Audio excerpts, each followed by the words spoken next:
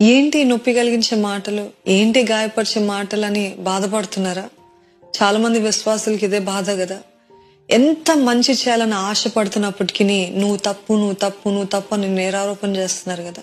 అసలు మీ వైపు నుండి మీ సైడ్ ఆఫ్ ద స్టోరీ తెలియకుండానే తీర్పులు తీర్చేస్తారు, బిడుదలు ఇచ్చేస్తారు. సరే కనీసం ఎక్స్ప్లెయిన్ చేసుకుందాం అనుకున్నప్పటికీ కూడా అసలు ఎక్స్ప్లెయిన్ చేయడానికి కూడా ఛాన్స్ ఇవ్వరు కదా. అట్లాంటి సమయంలో ఎంతో ఫ్రస్ట్రేషన్, ఎంతో వేదన, ఎంతో బాధ అవుతుంది కదా. ఎలాగ చెప్పుకోవాలి, ఎలాగ నిరూపించుకోవాలి, how do I prove myself అనే పరిస్థితులు ఉన్నారేమో. I'm telling you, you don't have to prove yourself. God is there.